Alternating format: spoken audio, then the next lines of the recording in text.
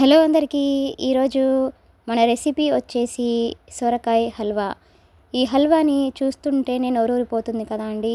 మరి ఈ హల్వాని చాలా సింపుల్గా, చాలా టేస్టీగా, ఇంట్లో వాళ్ళందరికీ నచ్చేలాగా ఎలా ప్రిపేర్ చేసుకోవాలనేది ఇప్పుడు మన వీడియోలో చూద్దాం. ఈ హల్వాని ఎప్పుడు ఇలా ట్రై చేయకపోతే ఈసారి సొరకాయ హల్వా చేసేటప్పుడు తప్పకుండా ఈ రెసిపీని ట్రై చేయండి. ఇలా చేస్తే చాలా చాలా టేస్టీగా ఉంటుందండి. ముందుగా ఒక ప్లేట్లోకి ఇలా లేతగా ఉన్న సొరకాయని తీసుకోండి. ఇలా లేతగా ఉన్న సొరకాయని తీసుకుంటేనే మనకి హల్వా అనేది చాలా పర్ఫెక్ట్గా కూడా వస్తుంది. ఇప్పుడు దీనిని రెండు వైపులా సైడ్స్ కట్ చేసి ఇలా సొరకాయకున్న పీల్ ఏదైతే ఉందో దాన్ని ఇలాగ తీసేయండి. ఇప్పుడు సొరకాయని 2 సార్లు శుభ్రంగా వాష్ చేసుకొని తీసుకోండి. ఇప్పుడు దీనిని ఇలా మధ్యలోకి కట్ చేసుకొని వీటిని ఇలాగా ముక్కలుగా కట్ చేసుకొని సొరకాయకి లోపల వైట్ పార్ట్ ఏదైతే ఉందో ఆ పార్ట్ వరకు ఇలాగా చాకుతో తీసేయండి. ఇలా వైట్ పార్ట్ వరకు తీసేసి తురుము తీసుకుంటేనే మనకి హల్వా అనేది చాలా చాలా టేస్టీగా ఉంటుందండి. ఇలా సొరకాయ మొత్తాన్ని కూడా ఈ విధంగా తీసివేయండి. ఈ హల్వా అనేది ఇలా చేస్తే చాలా చాలా టేస్టీగా ఉంటుందండి. మీరు కూడా తప్పకుండా ట్రై చేయండి. ఇప్పుడు ఇలా లోపల ఉన్న వైట్ పార్ట్ మొత్తాన్ని తీసేసి గ్రేటర్ తీసుకొని ఇలా పెద్ద హోల్స్ ఉన్న వైపు మాత్రమే తురమండి. ఇలా చిన్న హోల్స్ ఉన్న వైపు తురుముకుంటే మనకి హల్వా అనేది గుజ్జు గుజ్జుగా అయిపోయి అంత టేస్టీగా ఉండదండి. కాబట్టి ఇలా పెద్ద హోల్స్ ఉన్న వైపు మాత్రమే ఇలా తురిమేసుకొని తీసుకోండి. ఇలా సొరకాయ మొత్తాన్ని కూడా ఈ విధంగా తురిమేసుకొని తీసుకోండి. ఇలా పెద్ద హోల్స్ ఉన్న వైపు తురిమేసుకొని తీసుకుంటేనే మనకి సొరకాయ హల్వా అనేది గుజ్జు అవ్వకుండా మనకి తింటున్నప్పుడు టేస్ట్ అనేది చాలా చాలా బాగుంటుందండి. ఇప్పుడు సొరకాయ తురుము అనేది ఒకసారి కొలుచుకుందాం. ఇక్కడ నాకు సొరకాయ తురుము అనేది 4 కప్పుల వరకు వచ్చిందండి. ఇక్కడ 4 కప్పుల వరకు సొరకాయ తురుముని ఈ విధంగా తీసేసుకొని దాన్ని పక్కన ఉంచుకోండి. ఇప్పుడు స్టవ్ ఆన్ చేసుకొని దాని మీద ఒక బౌల్లోకి 1/2 లీటర్ వరకు పాలని తీసుకోండి. పాలని మీడియం ఫ్లేమ్లో ఉంచుకొని బాగా మరిగించేసుకొని వాటిని చల్లారనివ్వండి.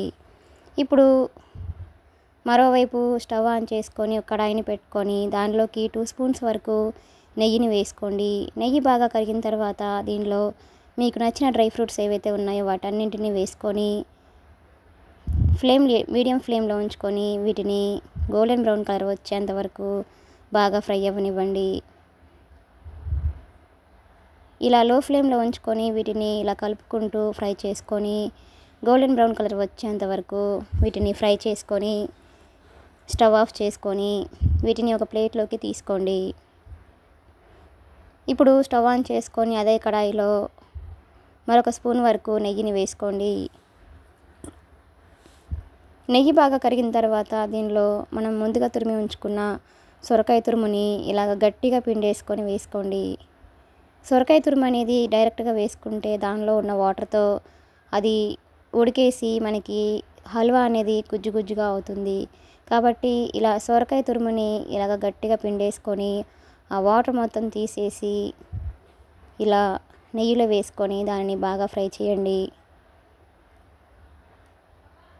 ఇలా గట్టిగా పిండేసుకొని తురుమును తీసుకుంటేనే మనకి హల్వా అనేది చాలా చాలా టేస్టీగా ఉంటుందండి. ఇలా వేసుకున్న తర్వాత మీడియం ఫ్లేమ్లో ఉంచుకొని దీన్ని ఒకసారి బాగా కలపండి. మీడియం ఫ్లేమ్లో ఉంచుకొని ఇలా కలుపుకుంటూ 2-3 నిమిషాల పాటు దీనిని నెయ్యిలో బాగా ఫ్రై అవ్వనివ్వండి.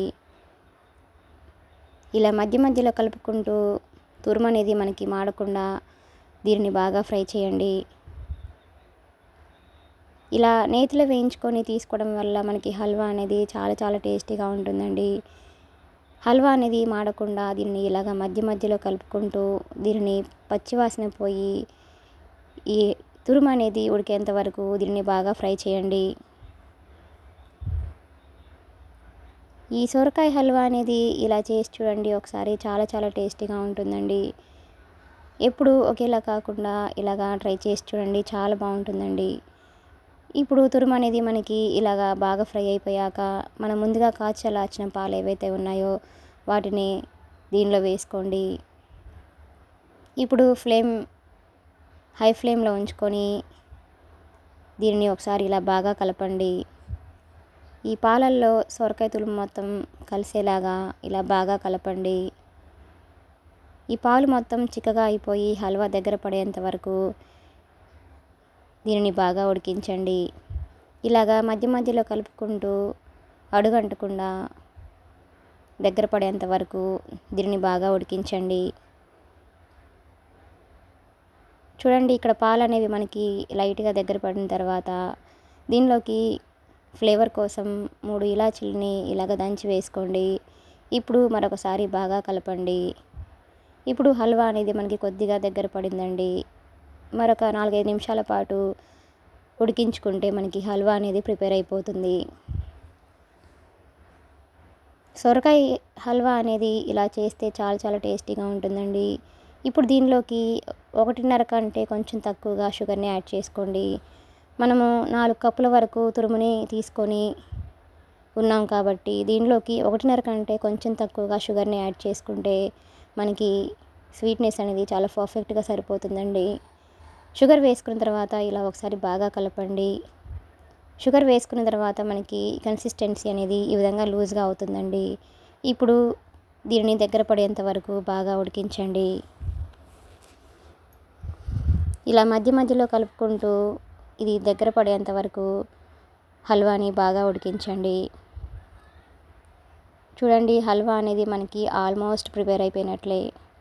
ఇప్పుడు దీనిలోకి మనం ముందుగా ఫ్రై చేసి ఉంచుకున్న డ్రై ఫ్రూట్స్ని వేసుకొని ఒకసారి బాగా కలుపుకొని 1 నిమిషం పాటు ఉంచేసి ఈ హల్వా అంతా ఇలా బాగా దగ్గర పడిన తర్వాత స్టవ్ ఆఫ్ చేసుకోండి. చూడండి, హల్వాని చూస్తుంటే నోరూరిపోతుంది కదా. ఆ స్మెల్ అనేది చాలా అద్భుతంగా ఉంటుందండి. టేస్ట్ కూడా చాలా సూపర్గా కూడా ఉంటుందండి. ఇప్పుడు దీనిలోకి 1 స్పూన్ వరకు చివరిగా నెయ్యిని యాడ్ చేసుకొని ఒకసారి బాగా కలిపేసుకొని స్టవ్ ఆఫ్ చేసుకోండి. అంతేనండి, ఎంతో ఈజీగా ఎంతో టేస్టీగా ఉండే సొరకాయ హల్వా అనేది మనకి ప్రిపేర్ అయిపోయినట్లే.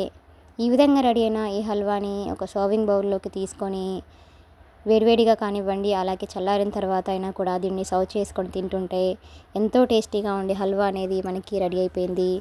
ఈ వీడియో కనుక మీకు నచ్చినట్లయితే ఒక లైక్ కొట్టండి. Please subscribe my channel, like, share and comment. మరిన్ని మంచి మంచి వీడియోస్ కోసం మన ఛానల్ని సబ్స్క్రైబ్ చేసుకోండి. పక్కన ఉన్న బెల్ ఐకాన్ని కొట్టండి. Thanks for watching.